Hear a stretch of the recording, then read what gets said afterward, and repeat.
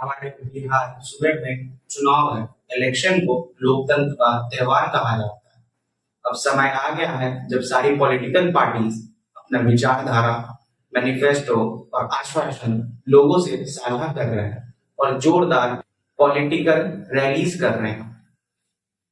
समय आ गया है जहां लोगों को सोच समझकर अपना नेतृत्व चुनना है। जाति, धर्म, अपना वाला, पराय वाला से उठकर अपना प्रतिनिधित्व चुनना है। बिहार का चुनाव और नीतीश कुमार का जिक्र ना हो, ऐसा मुमकिन नहीं। बिहार में अभी एनडीए की सरकार है और इस सरकार में भाजपा कभी सत्ताधारी तो कभी विपक्ष में होती है, लेकिन हमारे सीएम नीतीश कुमार जी हमेशा सत्ता में रहते हैं।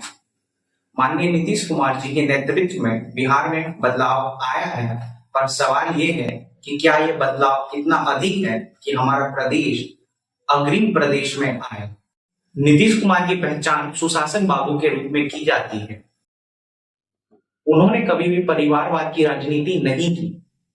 2005 में कहा जाता है कि जब उन्होंने सत्ता संभाली तो उन्होंने विकास का कार्य किया, सड़क, बिजली और सामाजिक न्याय के लिए कार्य किया और एक नई युग की शुरुआत की। लालू यादव और राबड़ी देवी की राज्य में जो बिहार अपराध का सेंटर था, उसमें भी भारी गिरावट आई। बिहार में शराबबंदी का पूरा श्रेय नीतीश कुमार को दिया जाता है, जिसमें महिलाओं ने बहुत ही सहयोग किया। नीतीश कुमार ने शिक्षा के विभाग में भी बहुत ही काम किया।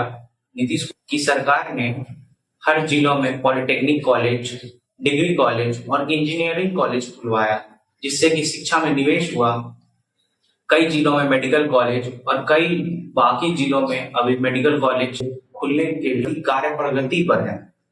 अपनी सरकार और सरकारी सेवाओं में महिलाओं का आरक्षण बढ़ाया, 7 निश्चय योजना की शुरुआत की और स्टूडेंट क्रेडिट कार्ड स्कीम की शुरुआत की, जिसमें बिहार के बच्चों को 4 लाख तक का एजुकेशनल लोन दिलवाया।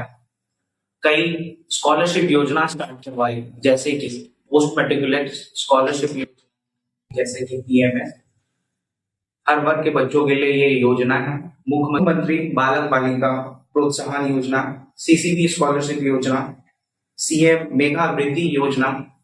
स्टार्टअप बिहार पॉलिसी के तहत बिहार में स्टार्टअप इकोसिस्टम स्टैब्लिश किया और एंटरप्रेन्योर्स के लिए फंडिंग की व्यवस्था की। इससे बिहार में निवेश का स्टार्ट हुआ। बिहार में 125 यूनिट फ्री बिजली की आपूर्ति की, साथ में वृद्धा पेंशन, विधवा पेंशन को 400 से बढ़ाकर 1100 तक किया। बिहार में नीतीश सरकार की कई उपलब्धियां हैं तो कई नाकामियां भी हैं। शराबबंदी के बाद बिहार में नकली शराब की तस्करी और उससे मरने वालों की संख्या बिहार सरकार की नाकामी दर्शाती है। थाना में दलाली और रंगदारी, जिससे पूरे बिहार में थानेदार और पुलिस वालों की बोलबाला है। जो उन्हें पैसे देते हैं वो उनकी बात सुनते हैं और गरीबों का हक मारा जाता है। परीक्षा में पेपर लीक और सरकारी वैकेंसी होने के बाद भी सही समय पे एग्जाम ना लेना भी बिहार सरकार की एक नाकामी दर्शाती है। हमेशा अपना पाला बदलना, कभी कांग्रेस, कभी राजद और कभी भाजपा के साथ गठबंधन करना नीतीश सरकार की इंस्टेबिलिटी को दर्शाता है। लगातार कई पुल, ब्रिज गिरने का सिलसिला बिहार सरकार की लापरवाही दर्शाता है और आजकल जो खुलेआम कत्ल हो रहे हैं वो भी बिहार सरकार का एक नाकामी दर्शा रही है।